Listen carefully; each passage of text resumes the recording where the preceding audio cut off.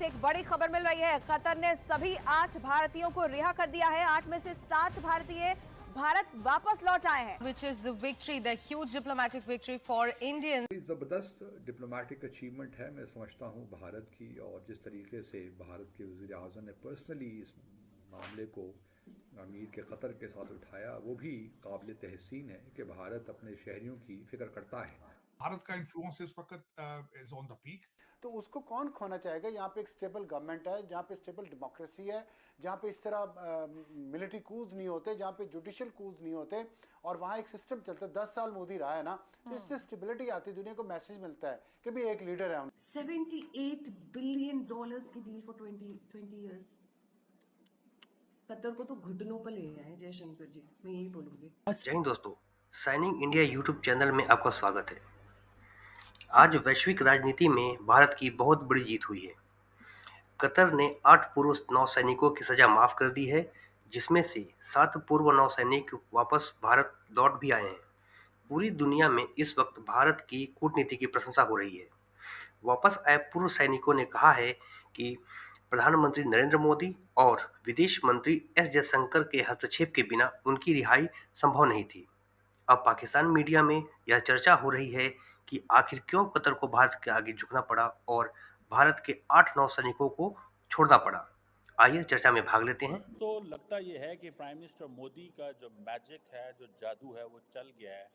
और आज सुबह जब इंडियंस उठे तो उनको ये बताया गया कि जो 8 नेवल वेटरन्स थे इंडियन नेवी के, उनको कतर की अथॉरिटीज़ ने रिलीज़ कर दिया। और ये ज़ाहिर बात है, आपको पता है कि 2022 से जो थे वो जेल में थे, और इनके ऊपर जो चार्जेस थे वो बड़े सीरियस थे, और इनको डेथ सेंटेंस सुना दी गई थी। और ऑन द चार्जेस ऑफ एस्पिनेज, ये एक that was not something very, जैसे कहते हैं ना कि कोई अच्छी नहीं थी इंडियंस के लिए। लेकिन इसके ऊपर बड़ी पहले भी हमने ये बात की थी कि जो नरेंद्र मोदी है, he can make it.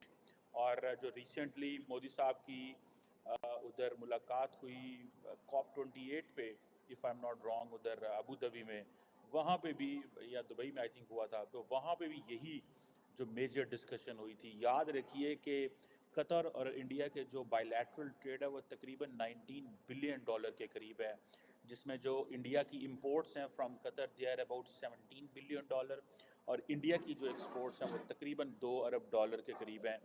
So it's an order given by the emir, और हम इसका स्वागत करते हैं। बहुत ही समझ लीजिए एक्सट्रीम केस है, डेथ पेनल्टी से सीधा रिलीज होकर के और इंडिया भी आ जाना।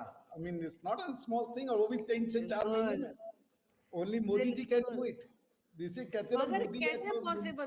बिल्कुल, मोदी जी हैं तो मुमकिन है। ये तो खैर पाकिस्तान में भी बहुत से लोग कहते हैं कि, लेकिन ये तो मोदी जी ने जैसे कहते हैं चमत्कार ही दिखा दिया कि एकदम आप समझे उनको डेथ पेनल्टी मिली थी और उधर से वो अब भारत भी पहुंच चुके हैं। ये बड़ी इंपॉर्टेंट चीज़ें होती हैं, ये जो डिपेंडेंस है ना, हम एक बोलते इंटरनेशनल रिलेशंस में एक थ्योरी है कॉम्प्लेक्स इंटरडिपेंडेंस।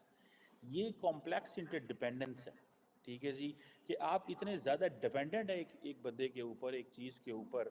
इसीलिए पाकिस्तान को भी अक्सर इनकरेज किया जाता है कि इंडिया के साथ कारोबार करें, लेकिन हम उस वक्त ना ये चीज़ें कर सके। बट लेट्स अंडरस्टैंड कि just before the elections prime minister Modi one a huge diplomatic success.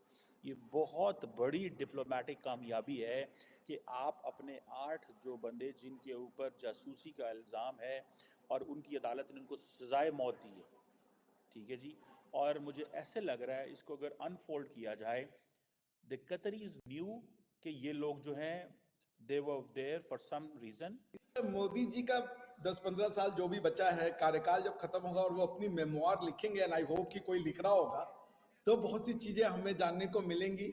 और बट ये तो इसमें मैं श्रेय देना चाहूंगा तो आई गेस इटली की जो प्रधानमंत्री हैं जॉर्जिया मेलोनी जी, क्योंकि ये जो पूरा का पूरा डील हुआ था ये इटली के साथ हो रहा था, जो ये कंपनी थी दोहा की। दूसरा, मैं मान ही नहीं सकता कि यूएई के जो एमिर होंगे या सऊदीया के जो एमबीएस साहब होंगे, उनका कोई कंट्रीब्यूशन नहीं रहा होगा, तो क्रेडिट इन सबको भी उतना ही जाता है। बट मोदी जी ने कैसे किया, ये तो उनका गुडविल है भाई।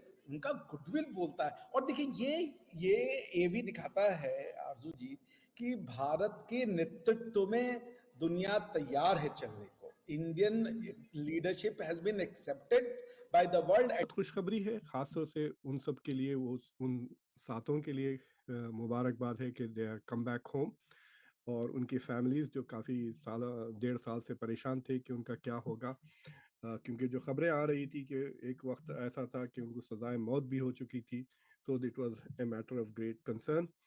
और दूसरी चीज़ ये है कि ये उनके फैमिली और उनके अलावा इंडियन गवर्नमेंट और ministry of external affairs, doctor Jaishankar और प्राइम मिनिस्टर मोदी की भी ये बहुत बड़ी कामयाबी है कि उन्होंने एक सक्सेसफुल डिप्लोमेटिक प्रोसीजर और प्रोसेस और एंडेवर के थ्रू इनकी रिहाई हासिल कर ली है। मतलब there is no doubt about it कि बार बार ये गवर्नमेंट कहती है कि हम ना सिर्फ अपने नागरिकों की खिदमत और सेवा और हिफाजत एट होम करते हैं, लेकिन बाहर भी करते हैं। तो ये this is something of a major achievement. इस तरह के कई सच इनिशिएटिव्स इंडियन गवर्नमेंट ने ली हैं, ख़ास तौर से स्टूडेंट्स को यूक्रेन से उठा के लेके आना और इसराइल से जो वर्कर्स फंसे हुए थे उनको वापस लेकर आना। So these are all signs of India becoming a major global power.